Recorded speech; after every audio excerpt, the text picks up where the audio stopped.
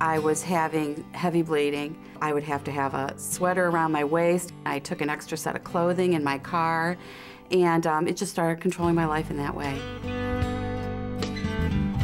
I had had my kids. I was done with that part of my life, and I wanted to be over with all the bleeding and the suffering that I was going through that way. I actually went to my own gynecologist, and they did a PAP, and they did biopsies, and they also did intravaginal ultrasounds.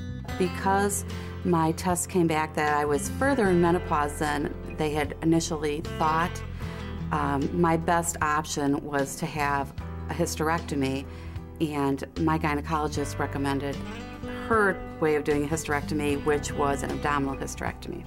I didn't want to do that, so I thought I would check into some other options that were available. I went online, I saw the information about Dr. Stepp and the single incision, and I thought, you know what, I'm just going to check into this.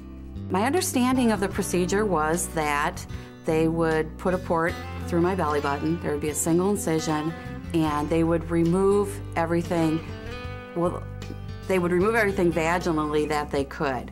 Since I had never undergone anesthetic before, I didn't know how I would respond to that, and I had a severe reaction to the anesthetic, and I was quite sick. I was a lot of vomiting. But as far as the pain, there was hardly any pain. Seriously, it was amazing. The only thing I was told was I couldn't drive for 1 week, and I was not to lift more than 10 pounds for 2 weeks. I just want women to be aware that they don't necessarily always have to have an abdominal hysterectomy. That may be something that because your OBGYN does that type of surgery, that's why they're recommending it. That's not always the case, but consider that. Don't be afraid. Go out of your normal realm of comfort and do the education, educate yourself, and know what's available to you. My sex life is back to normal. We have a normal sex drive.